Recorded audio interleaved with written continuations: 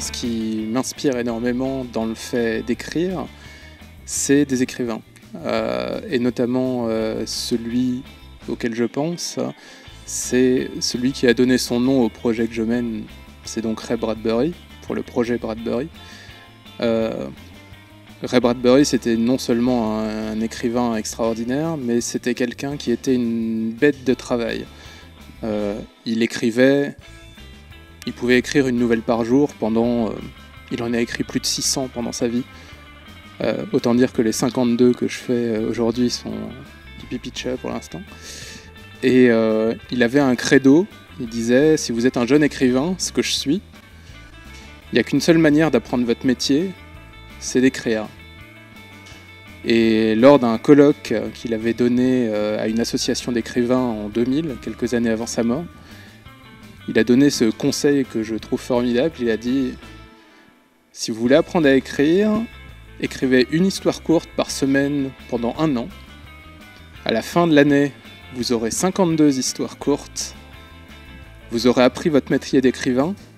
Et sur 52 histoires, c'est mathématiquement impossible que les 52 soient mauvaises. Vous en aurez forcément une de bonne. Ce qui voudra dire que votre année aura été bien dépensée. »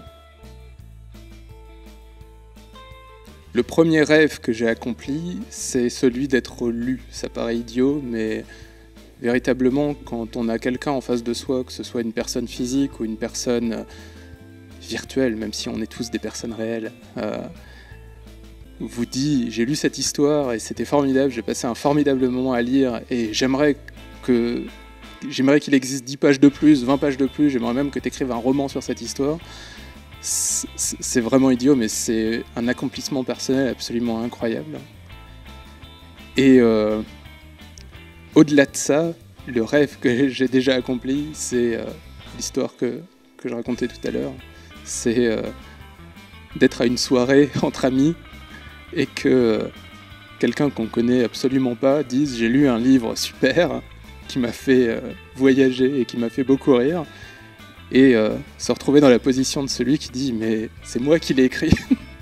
Et là, ça a été vraiment un pas franchi, un pas totalement surprenant en plus, une surprise totale. Et j'ai vraiment aimé mon métier à ce moment-là.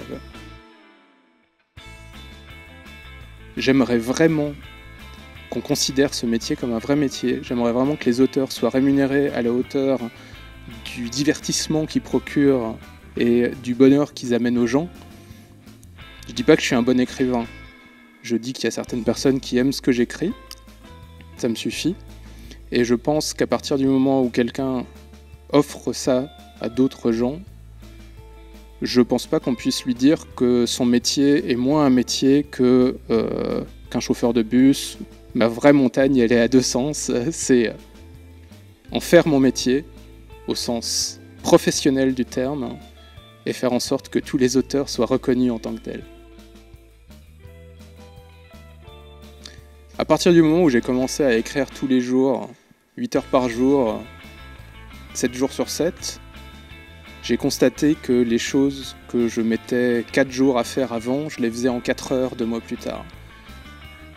S'il y a vraiment quelque chose dont je me rends compte au quotidien, et je lis pas mal sur le sujet et je me rends compte que d'autres gens vivent cette même expérience, c'est qu'à partir du moment où on veut véritablement quelque chose, ça sonne idiot de le dire comme ça, mais il n'y a qu'une seule manière de le faire, c'est de s'y consacrer pleinement et sans dilettantisme.